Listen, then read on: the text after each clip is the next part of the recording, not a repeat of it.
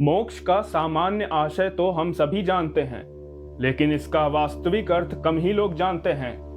क्या आपको पता है कि मोक्ष शब्दावली अपने आप में कौन सा संकेत देती है? शायद नहीं। तो आज हम जानेंगे इसी मुद्दे के बारे में कि मोक्ष क्या है, मोक्ष का अर्थ क्या है और मोक्ष को कैसे प्राप्त करें। तो चलिए शुरू करते हैं।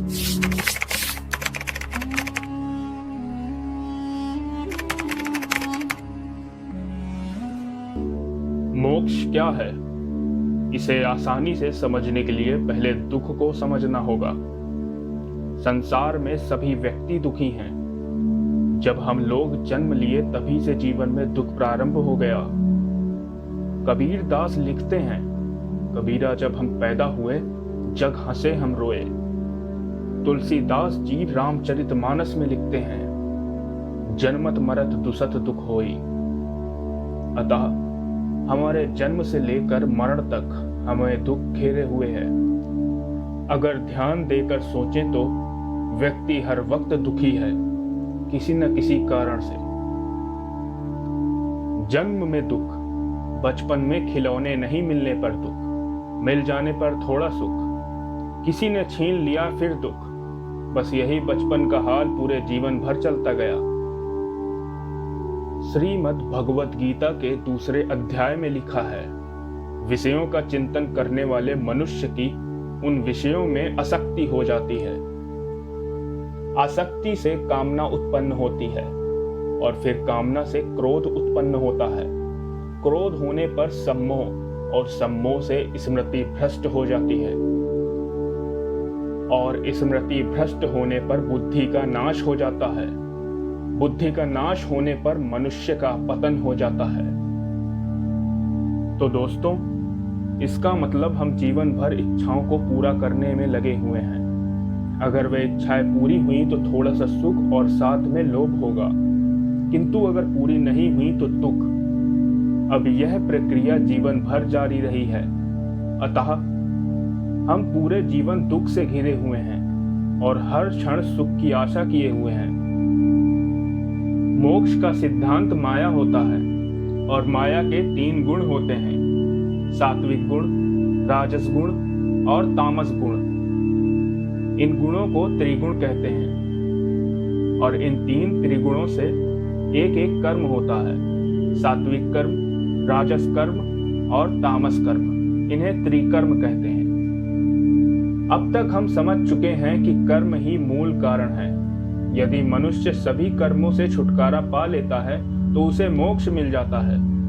लेकिन कर्म करने वाले मनुष्य माया के त्रिगुण के अधीन हैं, सात्विक कर्म, राजस कर्म और तामस कर्म। अतः यदि मनुष्य को सभी कर्मों या कर्म बंधन या पुनर्जन्म से मुक्ति मिलती है तो मोक्ष की प्राप्ति होती है। अब इसी बात को कुछ स्थानों पर बहुत संक्षेप में लिखा गया है और कहते भी हैं, जो माया से मुक्त हो गया उसने मोक्ष प्राप्त कर लिया। क्योंकि मनुष्य के कर्म का कारण माया के 3 गुण हैं, इसलिए ये दोनों तरह की बातें सही हैं। तो दोस्तों, अब तक हम जान चुके हैं कि मोक्ष क्या है और अब हम जानते हैं कि मोक्ष की आवश्यकता हम लोगों को क्यों है।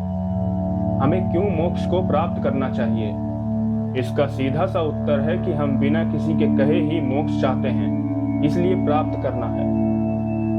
यानी हम दुख से मुक्त होना चाहते हैं और आनंद की अभिलाषा करते हैं। अब ये दोनों किसी को मिल जाए तो कहा जाता है कि उसे मोक्ष प्राप्त हो गया।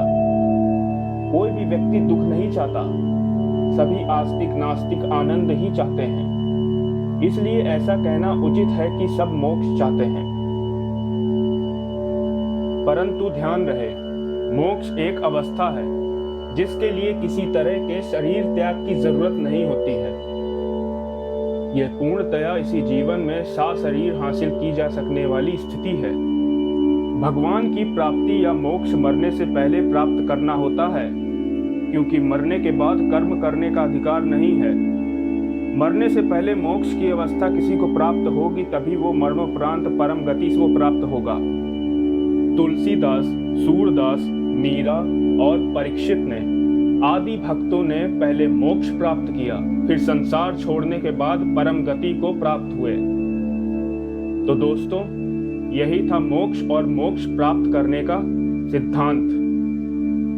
उम्मीद करता हूं कि आपको समझ आया होगा। अगर आपको समझ आया है तो हमारे YouTube चैनल हिस्ट्री सीएल को बिना सब्सक्राइब किए मत जाइएगा और लाइक और शेयर करना मत भूलिएगा। मिलते हैं अगले वीडियो में।